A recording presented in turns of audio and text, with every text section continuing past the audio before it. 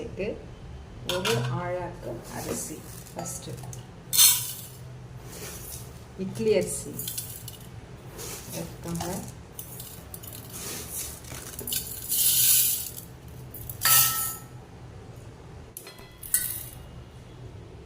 அந்த ஆழாக்கிலே கூட அரை ஆழாக்கு வரும் கரெக்டாக, பாதி அளவு. அதே தான் இது. கப்பால் ஒரு கப் அளவுக்கு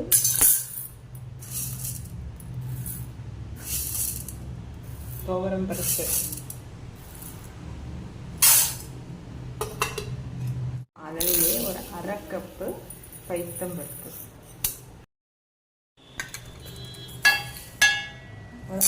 அரை கப்பு அளவுக்கு உளுத்தம் பருப்பு,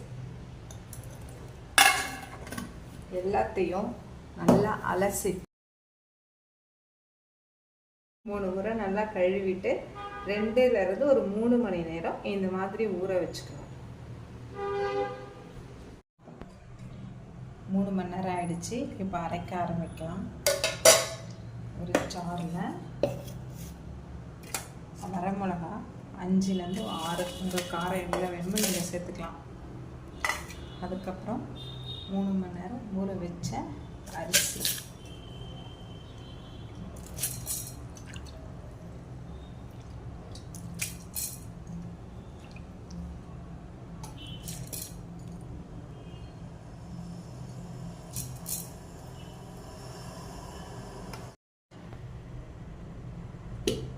இந்த மாதிரி அரைச்சி எடுத்துக்கணும்.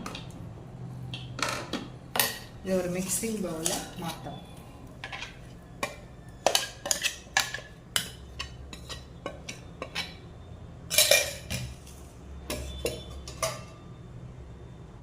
கடலைப்பருப்பு,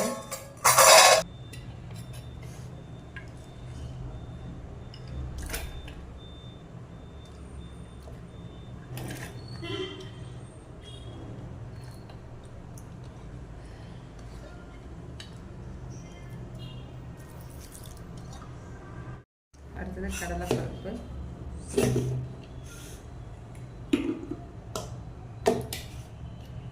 இந்த பதத்துக்கு அப்புறம் மிக்சிங் பவுலில் சேர்த்து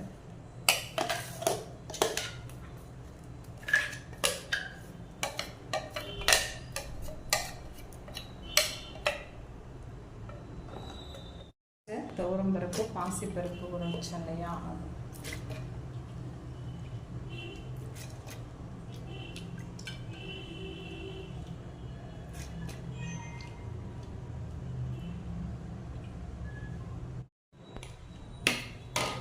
இதையும் இதே மிக்சிங் பவுலில் இந்த பதத்துக்கு கொஞ்சம் கொரன்னு அரைச்சி மாற்றலாம்.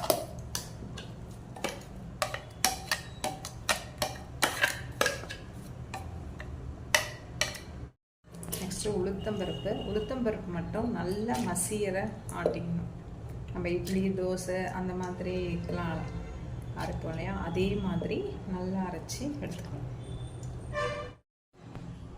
உளுத்தம்பருப்பும் இதையும் மிக்ஸி பவுலில் மாற்றிட்டு ஜாரம், நம்ம அதை தண்ணி இருந்ததுலேயே பருப்பு அதிலே கொஞ்சம் நல்லா அலசி தேவையான அளவுக்கு அலசி தண்ணியை ஆட் பண்ணிக்கலாம். தேவையான சால்ட்டு,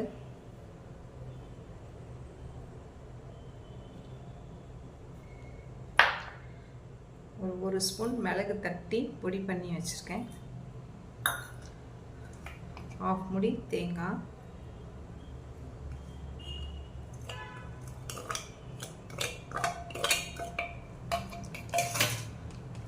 ஒரு முழு வெங்காயம் கட் பண்ணி வதக்கி வச்சுருக்கேன்,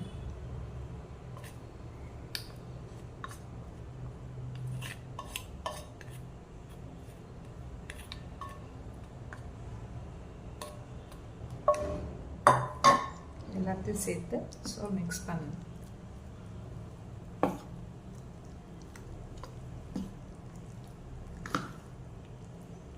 கட்டியாக இருந்தால் நம்ம ஓரளவுக்கு தோசை பதத்துக்கு வேண்டாம், திட்டமான அளவுக்கு தண்ணி ஊற்றி மிக்ஸ் பண்ணிக்கலாம்.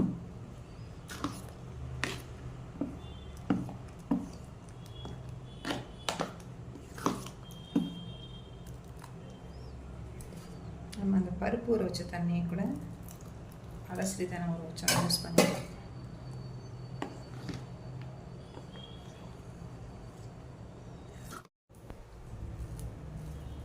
பத்து நிமிஷத்துக்கு அப்புறம் ஸ்டவ்வில் தோசைக்கல் வச்சுட்டு நல்லா ஹீட் ஆனதும்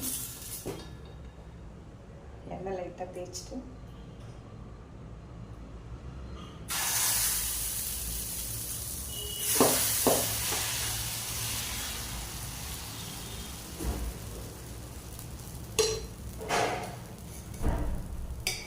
தேவையான எண்ணெய் சுற்றி ஊற்றணும்.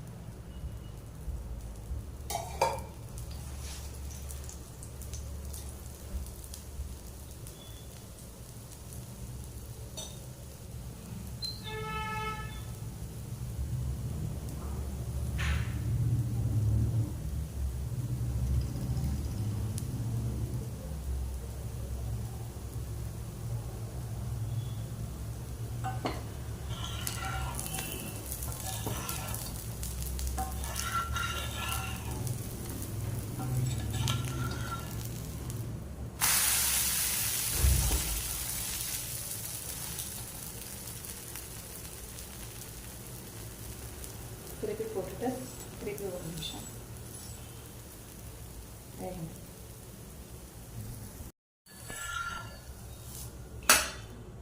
நம்மளுடைய கார அடை தோசை ரெடி. இது தேங்காய் சட்னி ரொம்ப நல்லாயிருக்கும். தேங்காய் சட்னி தொட்டு சாப்பிட்றது.